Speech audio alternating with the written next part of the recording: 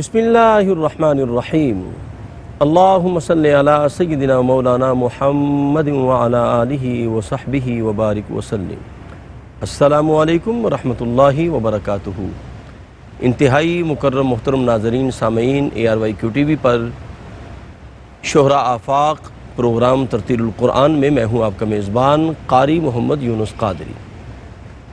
بخاری و مسلم کی روایت ہے، حضرت ابو ہریرہ رضی اللہ تعالی عنہ سے مروی ہے، دربار مصطفیٰ سجا ہوا ہے، اصحاب رسول کریم آقا کی بارگاہ اقدس میں حاضر ہیں۔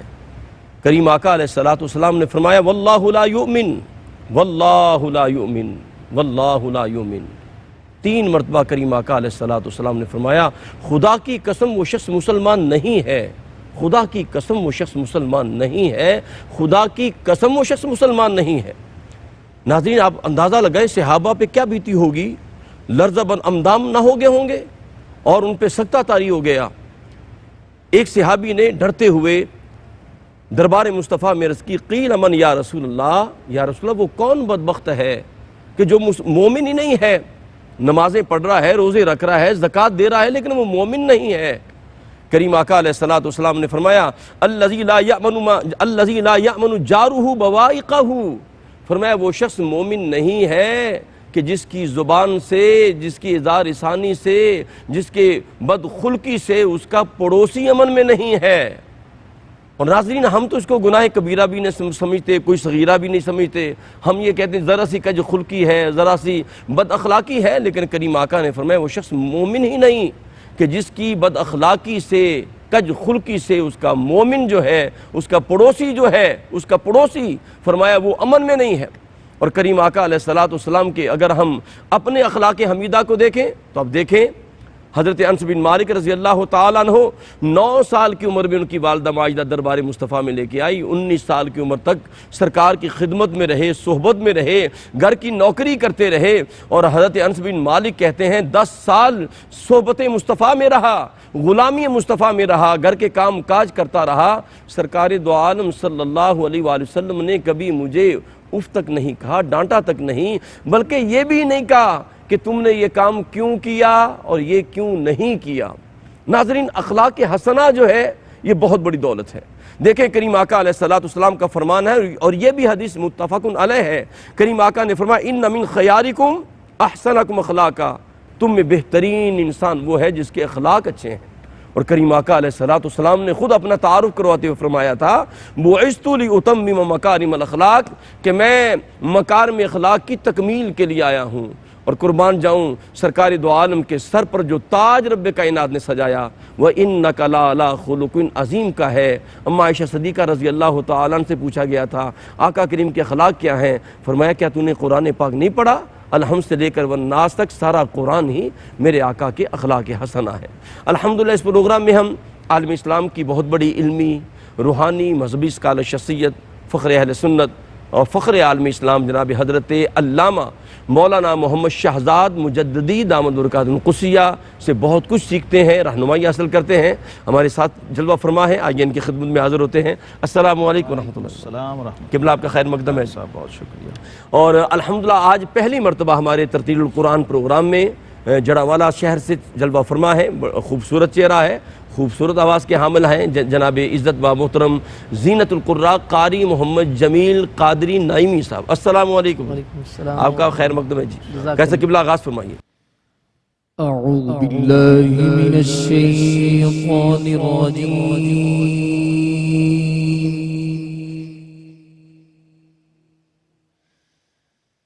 بسم اللہ الرحمن الرحیم،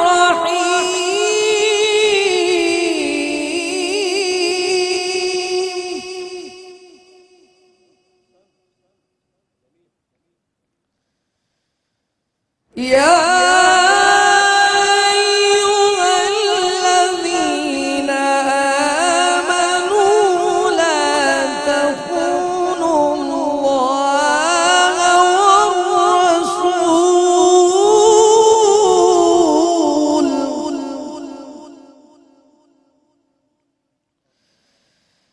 لا تخونوا الله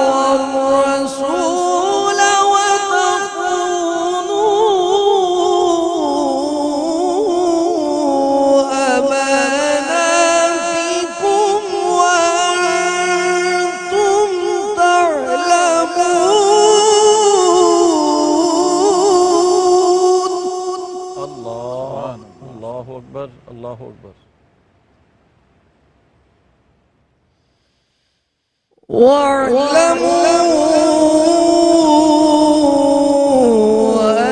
أنما أموالكم وأولادكم فتنة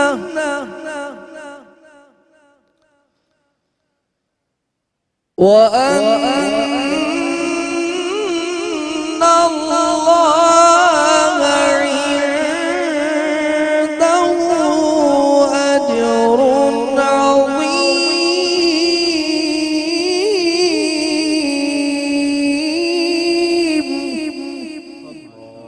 الله ما شاء الله. يا أيها الذين آمنوا إن تتقوا الله يجعل لكم فرقانا الله يجعل لكم فرقانا ويكفر عنكم سيئاتكم ويغفر لكم والله ذو الفضل العظيم. ما شاء الله ما شاء الله ما شاء الله. سبحان الله. أحسن. والله ذو الفضل العظيم. صدق الله العلي العظيم. احسن ماشاءاللہ ماشاءاللہ، بہت خوبصورت، جمیلا جدا. آیات ربانی آپ نے سماعت کی ہے محترم قاری صاحب سے. آئیے ان کے اندر کیا پیغام پنہا ہے. ہم حاضر ہوتے ہیں حضرت علامہ مولانا محمد شہزاد مجددی دامت برکاتہ القدسیہ کی بارگاہ اقدس میں. آپ کو علم ہے کہ پچھلے پروگرام کا یہ تسلسل ہے. پچھلے پروگرام میں قبلہ مجددی صاحب نے فتنوں کی آگہی جو قرآن پاک نے ہمیں عطا فرمائی ہے، یہ اسی کا تسلسل ہے. حاضر ہوتے ہیں قبلہ مجددی صاحب کی بارگاہ میں. جی قبلہ کیا فرمائیں؟ شکریہ قاری صاحب. بسم اللہ الرحمن الرحیم. الحمدللہ رب العالمین والصلاة والسلام علی اشرف الانبیاء والمرسلین وعلی آلہ وصحبہ اجمعین. یہ سورہ الانفال ٹھیک اور 9واں پارہ ہے جی. جس کی آیت نمبر 37 سے قاری صاحب نے تلاوت کی. الحمدللہ 27 سے 227 نمبرز. اے ایمان والو، جی. اللہ اور رسول سے دغا نہ کرو، اللہ اکبر. خیانت نہ کرو اللہ اور اس کے رسول صلی اللہ تعالیٰ علیہ وسلم کے ساتھ. ٹھیک. جب مفسرین کہتے ہیں کہ بندہ فرائض کو چھوڑتا ہے نا قاری صاحب، جی. تو اللہ سے خیانت کرتا ہے. اللہ اکبر. جب سنت کو چھوڑتا ہے تو رسول اللہ صلی اللہ علیہ وسلم. اللہ اکبر. اللہ اکبر. ایک پہلو اس کا یہ بھی ہے. ٹھیک ٹھیک. تو اب آپ سوچئے، جس سے آپ دغا کر رہے ہوں، فریب کر رہے ہوں، خیانت کر رہے ہوں خود، اس سے آپ کیا توقع کریں گے؟ اللہ اکبر. کیسے اس کی عبادت کریں گے؟ کیسے ٹھیک. اس سے دعا مانگیں گے؟ کیسے اس سے تعلق استوار کریں گے؟ اللہ اکبر. کیسے خشوع و خشیت کا مظاہرہ آپ کو نصیب ہوگا اس کی بارگاہ؟ اللہ اکبر. اور بارگاہ بھی وہ ہو جی. کہ واللہ غنی عن العالمین، جو بے شک نیاز ہے تمام بے جہان، نیاز. اللہ الصمد. جو شان صمدیت کا حامل ہے. واہ واہ واہ. تو وہاں پر یہ والا رویہ.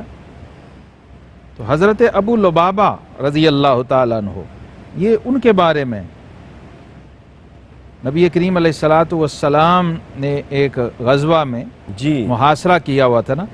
نبی کریم علیہ السلام، دیکھیے محاصرہ بھی ایک آزمائش ہوتی جنگ میں. اللہ اکبر. آپ جنگ نہیں کر رہے، بس انتظار کر رہے ہیں. کبھی ایسی کیفیت بھی ہوتی ہے. ٹھیک. دشمن کی آپ نے کسی قلعے کا محاصرہ یا شہر کا محاصرہ کیا ہوا اور باہر بیٹھے ہوئے ہیں، تو یہ بھی ایک آزمائش ہے. ٹھیک. ایک فتنے کا پہلو ہے. صحیح. اور یہاں پتہ لگے گا کہ آپ کا تعلق کتنا ہے اللہ اور اس کے رسول صلی اللہ تعالیٰ علیہ وسلم کے ساتھ. تو پھر ان کی توبہ بڑی مشہور ہے حضرت ابو لبابہ جی بالکل. اور ستون ابو لبابہ سبحان اللہ. مسجد نبوی شریف میں موجود ہے.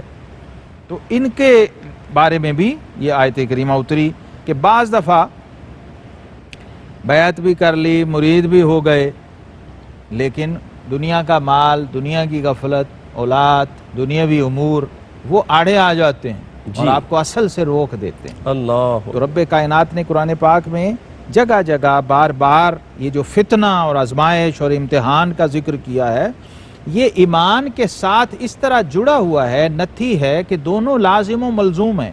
اللہ اکبر۔ ایسا ہو نہیں سکتا، بلکہ نبی کریم علیہ السلام نے فرمایا یبتلی الرجل علی حسب دینہ، بندہ اپنے ایمان اور دین کے معیار کے مطابق آزمایا جاتا۔ اللہ جس درجے کا اس کا اعلیٰ ایمان ہوگا اسی درجے کی آزمائش اور امتحان ہوگا۔ اگر وہ حسین ہے تو پھر کربلا اسی حساب سے ہوگا۔ اللہ جس درجے کا، تو حضرت ابو لبابہ رضی اللہ تعالیٰ عنہ ان کے لیے یہ آیت کریمہ اتری کہ اس وقت غفلت کا شکار ہو گئے اور نبی کریم علیہ السلام کے ساتھ اس طرح جہاد میں حصہ نہ لے سکے جیسے باقی صحابہ کرام علیہم رضوان نے لیا، اور ظاہر ہے کہ فصلیں تیار تھیں، مال تھا گھر میں، بچے تھے، اولاد تھے، انہوں نے کہا چلیں بعد میں چلے جائیں، کوئی بات نہیں، ابھی تو بڑا طویل محاصرہ ہے، ابھی تو بڑا ٹائم ہے، بڑا وقت ہے۔ لیکن اللہ نے قرآن میں فرمایا انما اموالکم و اولادکم فتنہ، فتنہ، اللہ اکبر، تمہارے مال اور تمہاری اولاد یہ سب فتنہ ہے، اللہ آزمائش ہے۔ لہٰذا جب یہ آزمائش آئی اس میں ڈالے گئے اور آخرت کے کاموں سے رکاوٹ بن گئی، جو چیز بھی ہو دین کے معاملے میں جو چیز بھی رکاوٹ آ گئی ہے قاری صاحب وہ فتنہ ہے۔ ٹھیک، وَأَنَّ اللَّهَ عِنْدَهُ أَجْرٌ عَظِيمٌ، اور بے شک اللہ کے پاس بڑا اجر ہے اور بڑا ثواب ہے، یعنی جو آخرت میں اللہ نے تمہارے لیے رکھا ہے، اگر اس کے بدلے میں تم نے دنیا میں کسی چیز کو ترجیح دے دی تو وہ تمہارے لیے فتنہ، اللہ اکبر، وہ آزمائش ہے۔ بالکل ٹھیک، پچھلے پروگرام میں بھی بات کی تھی ذکر ہوا تھا، بالکل کہ خیر کے فتنے کیا ہیں، یہ خیر کے فتنے ہیں۔ ٹھیک ہے، ہر وہ خیر جو آپ کے لیے اللہ اور اس کے رسول صلی اللہ علیہ وسلم کے راستے میں رکاوٹ بن جائے وہ فتنہ ہے، اور اگر آپ اس میں سے کامیاب ہو کے نکل جائیں تو آپ فتنے سے بچ گئے اور کامیاب۔ قبلہ یہیں سے جوڑیں گے انشاءاللہ۔ ناظرین کرام آپ ہمارے ساتھ رہیں، ملاقات کرتے ہیں ایک وقفے کے بعد۔ جی ناظرین کرام آپ کا خیر مقدم ہے، ترتیل القرآن پروگرام میں آپ شامل ہیں، اور قبلہ مجدد صاحب بیان فرما رہے تھے فتنہ کے حوالے سے کہ، اور قرآن کا حوالہ بھی آپ نے دیا کہ کیا مومن یہ گمان کرتے ہیں کہ جناب انہوں نے کہہ دیا ہمارا رب اللہ ہے اور وہ فتنہ میں مبتلا نہیں کیا جائے گا۔ اچھا قبلہ مجدد صاحب ایسا بھی ممکن ہے، یہ تو ایک اصول قرآن پاک نے بیان فرما دیا، اس کی استثنائی صورت بھی ہے کہ اللہ پاک کسی کو فتنہ میں مبتلا کیے بغیر کامیابی کی ضمانت دے دے، ایسا ممکن ہے؟ جی یہ بھی ممکن ہے۔ اچھا دیکھیے اللہ رب العالمین کی شان بے نیازی ہے نا، یغفر لمن یشاء و یعذب من یشاء، اللہ اکبر، جس کو چاہے بغیر حساب کے بخش دے۔ واہ واہ، اس کی شان کریمی اور رحیمی کے مظاہر بھی اپنی جگہ موجود ہے کہ وہ کسی کو اس طرح کے سخت آزمائش و امتحان میں نہ ڈالے اور دنیا میں وہ سکون سے زندگی گزار کے چلا جائے، یہ بھی ممکن ہے اور یہ ہے ٹھیک، لیکن عمومی قاعدہ یہ ہے، یہ عمومی قاعدہ یہ ہے اور اصولی قاعدہ یہ ہے، ٹھیک ہے، وہ اس لیے ہے قاری صاحب اکثر لوگوں کے ذہنوں میں یہ سوال ہے، بعض دفعہ اس سوال کو شاید لفظ بھی نہ ملتے ہوں، خیال کی شکل میں ہو، تصور کی شکل میں ہو، کہ یہ جو اللہ کا قرب ہے، بلندی درجات ہے، اللہ کی دوستی ہے، جی یہ محض عبادت سے، ذکر اور فکر سے ہی مل جائے، اللہ اکبر، تو ایسا نہیں ہے۔ ایسا ممکن نہیں، ایسا نہیں۔ عبادت سے آپ کو جنت ملتی ہے، نیکیاں ملتی ہیں، درجات ملتے ہیں، ذکر و فکر سے، تقوی پرہیزگاری سے جی یہ ملتا ہے۔ جنت والا کب ملے گا؟ ہاں سبحان اللہ، جب اس کے لیے آپ تکلیف اٹھائیں گے، واہ واہ، مجاہدہ کریں گے، ہاں، واہ واہ، الذین مسجد جاہدوا، میں اے سی لگا ہوا ہے قاری صاحب، وہاں ٹھیک، نماز پڑھ لی، تہجد پڑھ لیے، تسبیح پڑھ لی، تلاوت کر لی، ذکر کر لیا اچھے پرسکون ماحول میں، تو اس پہ آپ کو جنت مل جائے گی، نیکیاں مل جائیں گی، صفحہ حرف 10 نیکیاں مل جائیں گی قرآن ٹھیک، پاک کی تلاوت۔ ٹھیک، قرآن والا کب ملے گا؟ یہ اللہ رب العزت نے قرآن پاک میں جگہ جگہ یہ جو ذکر کیا ہے کہ اس کے قرب کی یہ شرائط ہیں، واہ واہ واہ، ٹھیک، اور پھر نبی کریم علیہ السلام نے فرما دیا کہ سب سے زیادہ جی بالکل، اللہ کی بارگاہ میں، اللہ کی راہ میں جو سب سے زیادہ ستائے جاتے ہیں وہ انبیاء ہیں۔ انبیاء ہے، اشد الناس بلاء الانبیاء، جو راہ خدا میں سب سے زیادہ آزمائش میں ڈالے جاتے ہیں، اذیت میں ڈالے جاتے ہیں اور ستائے جاتے ہیں۔ اللہ، تو یہ ایک طرح کی تربیت اور ٹریننگ دی گئی ہے ایمان ٹھیک، والوں کو کہ اگر تھوڑے پیمانے پہ کوئی تکلیف یا آزمائش آ جائے تو آپ نے اسے ضائع نہیں کرنا، اسے بچانا ہے، بالکل ٹھیک، تاکہ اس کا اجر آپ کو قرب الہی کی شکل ملے۔ سبحان دیکھیں قرآن میں ان اللہ مع الصابرین، ہاں ہاں ہاں، اللہ صبر والوں کے ساتھ ہے۔ واہ واہ، اب جب یہ صبر کی کیفیت میں رہے گا اور اس کے معیار و پیمانے پہ پورا اترے گا تو اب جنت اور ثواب نہیں، اب اللہ خود ملے گا، ہاں ہاں ہاں، اللہ کا ساتھ اور اس کی معیت اور اس کی دوستی نصیب ہو جائے گی۔ سبحان اللہ، اس سبحان لیے یہ پہلو رکھا گیا ہے تکلیف کا، آزمائش کا، امتحان کا، تاکہ وہ جو قرب والا معاملہ اور دائرہ ہے وہ خالی نہ رہے، وہ بھی تو کسی کو دینا ہے، عطا کرنا ہے۔ سو انبیاء کرام کے بعد پھر فرمایا ثم الامثل فالامثل، جو ٹھیک، جتنا ان کے قریب ہے، ٹھیک، صحابہ ہیں، اولیاء ہیں، اللہ کے پیارے بندے ہیں، دوست ہیں۔ ہاں اس میں یہ بھی بات ہے کہ فرعون کو پتہ نہیں تھا سر درد کیا ہوتی ہے۔ اصول کیا ہے؟ من بہر کس بلا قضا نہ کنم تاکہ اورز اولیاء نہ کنم۔ اللہ اکبر، 400 سال کی عمر فرعون کی تھی اور اسے ایک بار سر درد نہیں محسوس ہوا اور کوئی تکلیف نہیں آئی، وہ کیوں تھی؟ تاکہ اسے اپنے دوستوں میں شامل نہ کر سکے۔ اللہ، تو یہ جو ہیں سلسلے آزمائش کے، واہ، امتحان کے، یہ دوستوں کے لیے، کیا بات، اور وہ جو راحت اور عیش اور عشرت اور کسی بھی تکلیف کا نہ آنا وہ اللہ نے دشمنوں کے لیے۔ کیا کہنے، کیا کہنے۔ ناظرین اکرام، آپ دیکھیں کل بروز قیامت کچھ ایسے لوگ جن کو مصائب و علام آئے ہوں گے اور اذیتیں پہنچی ہوں گی، جب انہیں ان کا قرب لوگ دیکھیں گے نا، اہل ثروت لوگ دیکھیں گے اور جن کے اوپر کوئی مصائب و علام نہیں آئے ہوں گے، تو وہ کہیں گے کاش ہمارے جسموں کو کینچی سے کاٹ دیا جاتا، آج ہمیں بھی یہ قرب ملتا جو انہیں عطا ہوا ہے۔ بڑھتے ہیں آیات بینات کی جانب، ہمارے ساتھ جلوہ فرما ہے قاری محمد جمیل قادری نعیمی صاحب۔ جی قاری صاحب، بسم اللہ کریں۔ أعوذ بالله من الشيطان الرجيم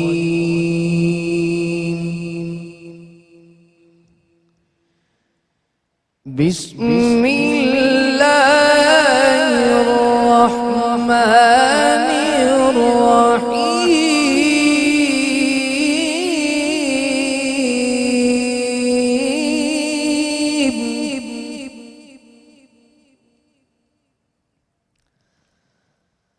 والذين كفروا بعضهم أولياء بعض إلا تفعلوا تكن فتنة في الأرض وفساد كبير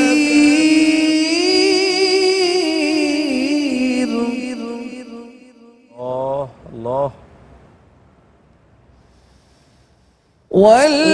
والذين آمنوا وهاجروا وجاهدوا في سبيل الله والذين آووا ونصروا أولئك هم المؤمنون اللہ، أولئك هم المؤمنون حقا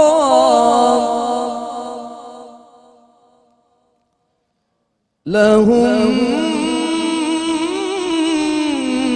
مغفرة ورزق كريم صدق الله العلي العظيم جی ناظرین اکرام، آپ نے آیات نور سماعت فرمائی ہیں قبلہ قاری صاحب سے۔ آئیے ان کے اندر کیا پیغام خداوندی ہے، آئیے قبلہ مجدد صاحب کی خدمت میں حاضر ہوتے ہیں۔ جی قبلہ کیا فرماتے ہیں؟ جی بسم اللہ الرحمن الرحیم، یہ بھی سورہ الانفال ہے۔ ٹھیک ہے، یہ سورہ الانفال جو ہے قاری صاحب، انفال کا معنی ہے مال غنیمت، صحیح، جنگ میں جو ملتا ہے۔ واہ واہ واہ، اور یہ نبی کریم علیہ السلام نے فرمایا احلت لنا الغنائم، جی بے شک، یہ جو مال غنیمت ہے پہلی امتوں کے لیے حلال حلال نہیں نہیں تھا، جی صحیح، تھا، یہ بھی لنگر مصطفیٰ ہے ہاں، اللہ تعالیٰ نے۔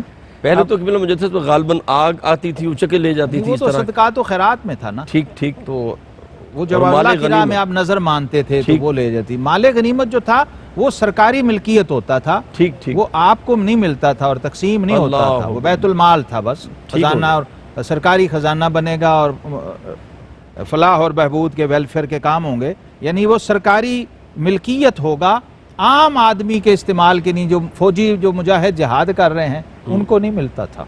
اللہ اکبر، لیکن نبی کریم علیہ السلام نے اپنے مجاہدین کو اور اپنے شہداء کو اس کو واہ واہ، لنگر بنا کے عطا لنگر بنا دیا، واہ کہ واہ، اس میں تمہارا حصہ ہے بھائی، تم جہاد جو کر رہے ہو۔ سبحان اللہ، اور سبحان بلکہ آقا کریم علیہ السلام نے فرمایا کہ الجنت تحت ظلال السیوف، فرمایا جنت تلواروں کے سائے کے نیچے رکھ دیا، اللہ، ہاں ہاں ہاں ہاں ہاں، اور فرمایا میرا رزق اللہ نے میرے نیزے کی انی کے نیچے رکھ دیا ہے، نیزے کی نوک میں رکھ دیا، جہاد کے ذریعے۔ واہ واہ واہ، تو یہ صحیح، پوری سورہ الانفال جو ہے وہ ہے ہی یہی، یعنی اس کا نام سمجھ لیں سورہ الجہاد ہے۔ کیا بات ہے، واہ واہ واہ واہ، سبحان اللہ، اس پہ بھی انشاءاللہ سبحان اللہ، بات کریں گے، کئی جی، مضامین آ گئے ہیں۔ وہ جو لا تخون اللہ و رسول کہا ہے نا، وہ بھی اسی معنی میں کہا ہے، جہاد کا معاملہ آ جائے تو پھر ڈنڈی نہیں مارنی، واہ نعتیں پڑھنا آسان لگے اور جہاد کرنا مشکل لگے، جی تو جی، اس کا مطلب ہے نعت والے سے تعلق کمزور ہے، وہ تو دیکھیں نا، وہ موسیٰ علیہ السلام کے ماننے والے وہ جب نہیں ان سے بننا، کہا بنی گیا، اسرائیل نہیں تو انہوں بننا، نے کہا جی فَاذْهَبْ أَنْتَ وَرَبُّكَ فَقَاتِلَا إِنَّا هَاهُنَا قَاعِدُونَ، وہ نہیں، وہ نہیں بننا، ہاں، بلکہ حضرت مقداد بن اسود ہاں، رضی اللہ عنہ والا، انہوں نے کہا کیا حضور یہ تو 1000 کافر ہیں، آپ فرمائے تو ہم ان پہاڑوں سے ٹکرا جائیں اللہ، اور ان سمندروں کی لہروں سے ٹکرا جائیں، آپ اشارہ تو کریں، سبحان بات ہی کوئی نہیں، واہ، یہ تعلق تھا نا، تو یہ سبحان، تعلق سارا کچھ کراتا ہے قاری صاحب، اصل جی، بات یہ ہے اندر قلبی تعلق جو ہوگا۔ تو قرآن پاک کی سورہ الانفال ہے اور 10واں پارہ ہے، اور اس میں بھی یہاں دیکھیے ایک اور پیرائے میں فتنے کا ذکر کر دیا گیا، فرمایا اور جو کافر آپس میں ایک دوسرے کے وارث ہیں، ٹھیک، اولیاء بعد والذین کفروا بعضهم اولیاء بعد، مومن آپس میں ایک دوسرے کے دوست ہیں اور کافر آپس میں ایک دوسرے کے وارث بنیں گے، ٹھیک ہے، یہ شرعی مسئلہ ہے۔ جی جی، وَلَا تَتَّخِذُوا الْيَهُودَ وَالنَّصَارَىٰ أَوْلِيَاءَ بَعْضُهُمْ، جس طرح وہ آپس میں ہاں دوست ہیں، نہیں وہ تو ہے، وہ ہاں، حکم ہے، یہاں پر ایک خاص بات فرمائی گئی ہے، ٹھیک ٹھیک، وہ یہ ہے کہ مومن جو ہے نا وہ کافر کا وارث نہیں بن سکتا، ٹھیک ہے، اور کافر مومن کا وارث نہیں بن سکتا۔ صحیح ہے، اگر باپ کافر ہے تو بیٹے کو اس کی وراثت میں سے حصہ نہیں ملے گا، اللہ اکبر، ٹھیک، اور اہل ایمان نہیں لیتے، یہی ایمان غیرت ایمانی ہے۔ اللہ اکبر، مال اور پیسے کے لیے ہم ایمان اور کفر کا فرق بول جائیں، یہ اسلام نے یہ اصول دے دیا ہے کہ غیر مسلم اگر آپ کا کوئی بڑے سے بڑا عزیز اور رشتہ دار بھی ہے تو آپ کو اس کی وراثت نہیں ملے گی، نہ آپ نے اس کی وراثت کے اوپر نظر رکھنی ہے۔ الا تفعلوه تکن فتنۃ فی الارض وفساد کبیر، فرمایا اگر تم یہ نہیں کرو گے، موالات کفار کے ساتھ نہیں کرنی، چاہے قریبی خونی رشتہ بھی ہو، اللہ اکبر، یعنی وراثت ورثت تو دور کی بات رہ گئی نا، لفظ اولیاء آیا ہے، جی، ولی نہیں بن سکتا، تعلق ہی نہیں، ہاں اس کا اللہ، ولی نہیں بن سکتا ہے وہ مسلمان غیر مسلم کا، کیونکہ یہ نئے نئے معاملات ہو رہے تھے، اس لیے یہ رہنمائی بنیاد ہی میں فراہم کر دی گئی، اور فرمایا اگر ایسا نہ کرو گے تو زمین میں فتنہ اور بڑا فساد ہوگا، یعنی مسلمان آپس میں ایک دوسرے کے وارث بنیں گے، ایک دوسرے کی معاونت کریں گے، ایک دوسرے کے ساتھ دوستی کریں گے، کفار کے ساتھ نہیں ہے، اللہ حب للہ والبغض للہ، بالکل حب فی اللہ اور بغض فی اللہ ہوگا، وہ فساد کبیر، اس سے پھر بڑا فتنہ اور فساد ہوگا اگر اس طرح سے ہو جائے۔ وہ اس لیے یہ اس میں دوسرا پہلو بھی ساتھ تھا، ٹھیک، یعنی کافر کو بھی اب اگر مومن ہو گیا کوئی صحابی تو اس کی وراثت نہیں ملنی ہے، اچھا جی، یعنی اس کا بیٹا اگر مسلمان نہیں ہوا، ٹھیک، اس نے کلمہ نہیں پڑھا تو اب اس کو وراثت نہیں ملنی۔ صحیح، اگر کافر غیر مسلم باپ کی وراثت مومن بیٹے کو نہیں ملنی تو پھر جو مومن باپ ہے اس کی وراثت بھی کافر بیٹے کو ٹھیک اور ہے، غیر مسلم کو نہیں، یہ اس وقت یہ طے کر دیا گیا، اس سے وہ ڈیفرینشیٹ کیا ہے اور حد فاصل کھینچی ہے قرآن نے، اور فرمایا وہ جو ایمان لائے اور ہجرت کی اور اللہ کی راہ میں لڑے اور جنہوں نے جگہ دی اور مدد کی وہی سچے ایمان۔ قرآن دیکھیے قرآن کیا کہہ رہا ہے، اولئک هم المؤمنون حقا، حق کا، قرآن تو انہیں ایمان اور حقانیت کی سند دے رہا ہے جنہوں نے ہجرت کی، مہاجرین مکہ وہ بھی اور انصار مدینہ سبحان اللہ، وہ بھی، جنہوں نے مدد فرمائی، لہم مغفرۃ ورزق کریم، کریم، اور ان کے لیے کیا بات، بخشش بھی ہے سبحان اللہ، اور عزت کی روزی بھی۔ کیا کہنے، سبحان اللہ سبحان اللہ۔ علی صاحب، ناظرین کرام، قرآن و حدیث کا نور جو ہے وہ جاری و ساری ہے۔ یہاں وقت ہوا ہے بریک کا، ہمارے ساتھ رہیے، ملاقات کرتے ہیں ایک وقفے کے بعد۔ جی ناظرین اکرام، آپ کا خیر مقدم ہے، ترتیل القرآن پروگرام میں آپ شامل ہیں، اور ہماری خوش بختی ہے حضور قبلہ مجدد صاحب ہمارے ساتھ ہوتے ہیں، ان سے ہم رہنمائی حاصل کرتے ہیں، اور قرآن و حدیث کا نور جو ہے وہ صرف سماعتوں تک نہیں، جب آپ بولتے ہیں یقین کریں آپ کی گفتگو جو ہے وہ روحوں تک جاتی ہے، قلب و روح کے اندر داخل ہو جاتی ہے۔ ہمارے ساتھ تشریف فرما ہے قاری محمد جمیل قادری نعیمی صاحب، آئیے آیات ربانی سے اپنے قلوب کو معطر کرتے ہیں۔ جی أعوذ بالله من الشيطان الرجيم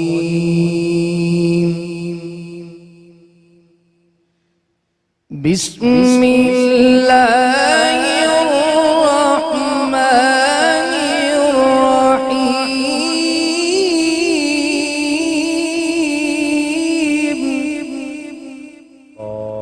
ماشاء اللہ۔ فقالوا على الله توكلنا ربنا لا تجعلنا فتنة للقوم الظالمين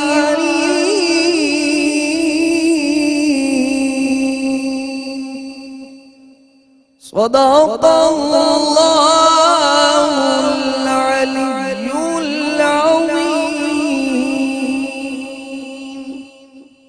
ناظرین محترم، آپ نے آیات نور سماعت کی ہے، آئیے اس کے اندر کیا پیغام ہے، کیا اس کے اندر گوہر نایاب حضور قبلہ مفتی صاحب ہمیں ان سے انشاءاللہ اس گوہر نایاب ہمیں عطا فرمائیں گے۔ جی قبلہ مجدد صاحب کیا قاری فرمائیں؟ صاحب، ترتیل القرآن میں اب ہم تیسرا سیگمنٹ جو ہوا کرے گا انشاءاللہ، ٹھیک، اس کو معنی القرآن کے ساتھ ہم جوڑیں گے۔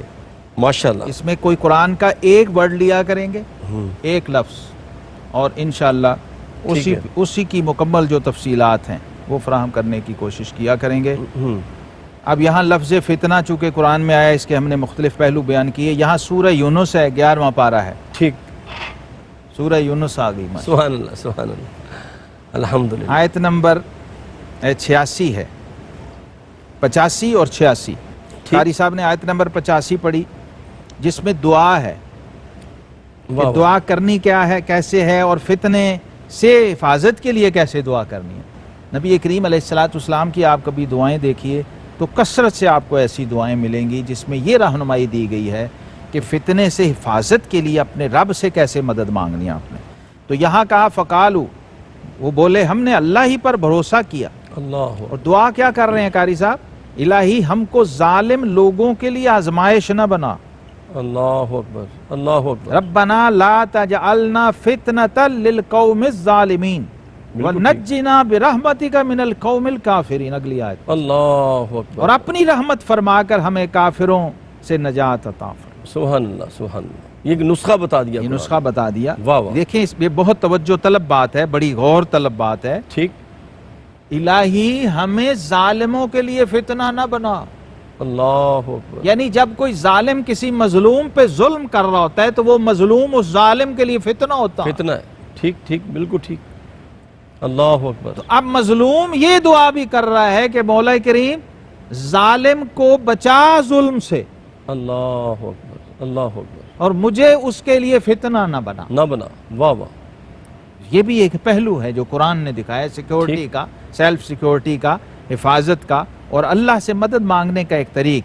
اور اپنی رحمت سے ہمیں کافروں سے نجات عطا فرما، ہمیں نجات۔ اب یہ اللہ کے فضل پہ ممکن اور موقوف ہے، جیسے آپ نے جو سوال کر رہے تھے ٹھیک، اس کا بالواسطہ اس میں جواب بھی آ گیا ہے بالکل کہ اگر اللہ چاہے تو یوں بچا بھی لیتا بچا ہے، بھی لیتا ہے، شرط یہ ہے کہ وہ بچنا چاہتا ہو اللہ اور وہ مانگے یہ رب سے، طلب ہو، ہاں وہ چھوڑ نہ دے اس واہ کو واہ واہ، بلکہ مانگے۔ تو آقا کریم علیہ السلام کی آپ جو مسنون دعائیں ہیں، جیسے نماز میں سلام پھیرنے سے پہلے کی ایک دعا ہے جو 99% لوگ اس سے بے خبر ہیں، جو آپ صلی اللہ علیہ وسلم کا مستقل معمول تھا۔ درود ابراہیمی کے بعد نماز میں سلام پھیرنے سے پہلے جو مسنون دعائیں ہیں جی جی، اس کی طرف بھی ہمیں توجہ کرنی چاہیے۔ اس میں ایک دعا ہے اللہم انا نعوذ بک من عذاب جہنم ونعوذ بک من عذاب النار ونعوذ بک من شر الفتنة المسیح الدجال آمین، ونعوذ بک من فتنة المحیا والممات۔ اللہ اکبر، اے اللہ میں دجال کے فتنے سے بھی تیری پناہ مانگتا ہوں اور موت اور حیات کے فتنوں سے بھی تیری پناہ مانگتا ہوں۔ اب دیکھیے موت اور حیات کے کہہ کے اس میں ہر فتنہ آ گیا۔ اللہ اکبر، اللہ اکبر، خیر اتنی جامع دعا ہے۔ جتنی جامع دعا، واہ واہ، من فتنۃ المحیا والممات، نعوذ بک من فتنۃ المحیا والممات، زندگی طور پہ اور جو- حیات سے متعلق جو بھی ہے جی۔ اس سے بھی تیری پناہ مانگتا ہوں، اللہ، اور جو موت سے متعلق اور موت کی طرف لے جانے والے جتنے فتنے ہیں ان سب سے بھی تیری پناہ مانگتا ہوں۔ تو اگر آپ رجوع کریں گے اسوہ رسالت مآب صلی اللہ تعالی وسلم سے، ایسی جامع اور بہترین رہنمائی ملے گی کہ کسی اور کی طرف جانے کی ضرورت نہیں رہے گی۔ نہیں رہی، تو چونکہ ہمارا معنی القرآن کا سیگمنٹ ہے، اس میں پچھلے سیگمنٹ میں نے عرض کر دیے تھے کچھ معنی۔ یہاں جو آیت قاری صاحب نے سورہ الانفال کی پڑھی ہے، اِلَّا تَفْعَلُوهُ تَكُنْ فِتْنَةٌ فِي الْأَرْضِ، اگر اللہ کی دی ہوئی ہدایت پہ نہ چلو گے اور اپنی خواہش نفسانی پہ چلو گے تو زمین پہ فتنہ پھیلے گا، اللہ، وَفَسَادٌ کبیر، اور بہت بڑا فساد ہوگا۔ یہاں پر ائمہ تفسیر کہتے ہیں، علامہ ابن جریر طبری رحمہ اللہ صاحب جامع البیان، وہ کہتے ہیں کہ مومن جو ہے وہ مومن کو چھوڑ کے کافر سے دوستی کی پینگے نہ بڑھائے، اللہ، چاہے وہ اس کا خونی اور نسبی رشتہ دار ہی ہو۔ ٹھیک، اللہ اکبر، اصل تعلق تو ایمان ہے نا، الحب فی اللہ والبغض فی اللہ، جو بے شک۔ تعلق من احب للہ ومنع للہ، من احب للہ وابغض للہ بے شک۔ فقد استکمل الایمان، ہاں ہاں، صرف محبت ہی نہیں ہے، بغض فی اللہ بھی ہے قاری صاحب، جی سر، بالکل ٹھیک، حب فی اللہ بھی ہے اور بغض فی اللہ بھی ہے۔ محبت ہو تو اللہ کے لیے ہو، بغض ہو تو اللہ کے لیے ہو، اس سے آپ کا ایمان کامل ہو۔ کامل ہوتا ہے، واہ واہ، ناقص ایمان والے سے آپ کیا توقع کر سکتے ہیں؟ ٹھیک، یہ جو ہم باتیں کرتے ہیں یہ اصل میں کمال ایمان سے متعلق چیزیں ہیں۔ جی۔ اسی طرح فرمایا وَمَن يُرِدِ اللَّهُ فِتْنَتَهُ، یہاں بمانی ہے ادلال، گمراہی، اللہ جسے اس کے فتنے کی طرف لوٹا دے، جس فتنے کو وہ چاہ رہا تھا نا، ایسا بھی ہوتا ہے نا، ٹھیک ہے، بندہ امن کو چھوڑ کے فتنے کو چن لیتا اپنے لیے، نہیں جی، باز آتا شر سے، ٹھیک تو ہے، پھر اللہ اسے چھوڑ دیتا ہے۔ اللہ، اس معنی میں بھی ہے کہ اللہ جب اسے پھیر دے۔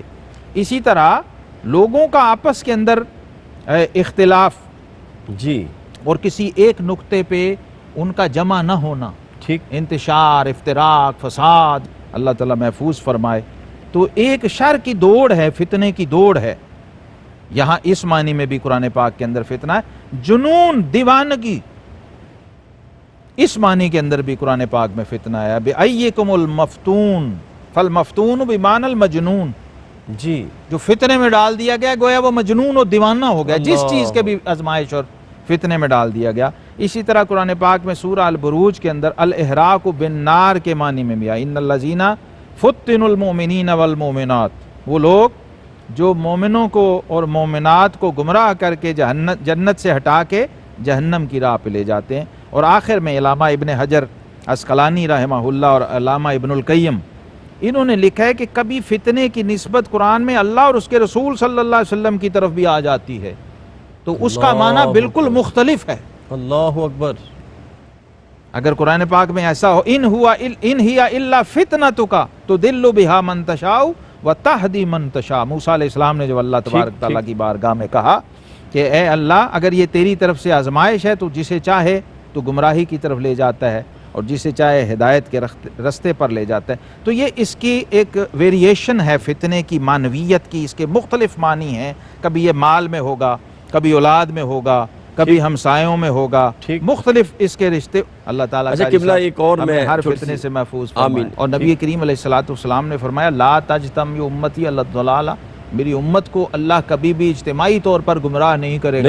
تو ٹھیک، اجتماع کے ساتھ، اکثریت اور میجورٹی کے ساتھ رہنا، اس میں نجات ہے اور اسی میں بقا ہے، اسی کے اندر آپ کے ایمان کی حفاظت ہے۔ ٹھیک، انفرادی طور پہ اگر کوئی شخص کوئی موقف اختیار کر کے بیٹھا ہوا ہے جمہور کے خلاف، جی، تو آپ نے خود بھی اس سے بچنا ہے، وہ فتنے میں جا رہا ہے، وہ فتنے میں جا رہا ہے۔ بالکل چونکہ ٹھیک، اہل بیت ہوں یا صحابہ، قاری صاحب، یہ جو محبت ہوتی ہے، محبت یہ بھی تو فتنہ ہے، آزمائش ہے، امتحان ہے، اور اس میں سے آپ نے گزرنا ہے۔ اللہ، نبی کریم علیہ السلام نے فرمایا حب کا شیء یعمی و یسم، واہ واہ واہ، کبھی کسی کی محبت تمہیں اندھا اور بہرا کر دیتی ہے، اللہ اکبر، اور جو محبت آپ کو حق سے دور کر دے اور حق آپ کو دکھائی نہ دے رہا اس کی محبت میں، اور آپ تجاوز کر رہے ہوں اور جی۔ اعتدال سے ہٹ رہے ہوں، ٹھیک۔ جو اللہ اور اس کے رسول صلی اللہ علیہ وسلم کے دیے ہوئے مراتب و مناسب ہیں، اس کو چھوڑ کے آپ خود گھڑنے اور بنانے کے چکر میں آ جائیں تو آپ خود بھی گمراہ ہوں گے اور دوسروں کو بھی گمراہ کریں گے۔ اللہ، آخر میں چاہوں گا کہ وہ جو دعا آپ نے آخر میں بیان فرمائی تھی، جی۔ اکثر ہم تو پڑھتے ہیں ربی جعلنی مقیم الصلاۃ یہ میں اسی یہاں لیے پڑھتے ہیں دہرایا ربنا تھا۔ آتینا۔ جی۔ میں چاہتا ہوں کہ ہم میرے ناظرین کے لیے وہ دعا بلا دوبارہ شبہ۔ دہرا دیں کہ بالکل۔ سرکاری دو عالم اکثر صلی اللہ تعالی سلام پھیرنے سے پہلے یہ دعا مانگا یہ کرتے دعا ہیں۔ اکثر یہ پڑھا دوبارہ کرتے عطا ہیں، نبی فرما کریم دیں۔ علیہ الصلوۃ والسلام، مسنون دعا ہے، اسے یاد کیجئے۔ اللہم انا نعوذ بک من عذاب جہنم و اللہم انی اعوذ بک، واحد کے صیغے سے پڑھ رہا ہوں۔ ٹھیک۔ اللہم اگر جمع سے پڑھیں گے اللہم انا نعوذ بک من عذاب جہنم و نعوذ بک من عذاب النار و نعوذ بک من شر فتنۃ المسیح الدجال اللہ و نعوذ بک من فتنۃ المحیا والممات۔ سبحان اللہ اللہ۔ تبارک و تعالی اس دعا کی برکتیں ہمیں نصیب آمین۔ فرمائے۔ وآخر دعوانا ناظرین کرام، رب کائنات ہمیں ہر قسم کے فتنے سے محفوظ رکھے۔ جو سننے والے ہیں اور میرے ساتھ جلوہ فرما ہے قبلہ مجدد صاحب جلوہ فرما ہے، اللہ پاک علماء کا صدقہ ہمیں ہر فتنے سے محفوظ رکھے اور اللہ اپنی پناہ میں رکھے، نگاہ مصطفیٰ میں رکھے۔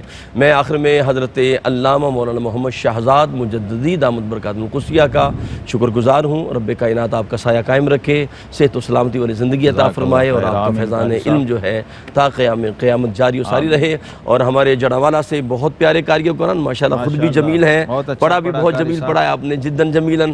جناب محترم زینت القراء قاری محمد جمیل قادری نعیمی صاحب، آپ کا شکریہ ادا کروں گا۔ اپنے میزبان قاری محمد یونس قادری کو اجازت دیجیے۔ السلام علیکم ورحمۃ اللہ وبرکاتہ۔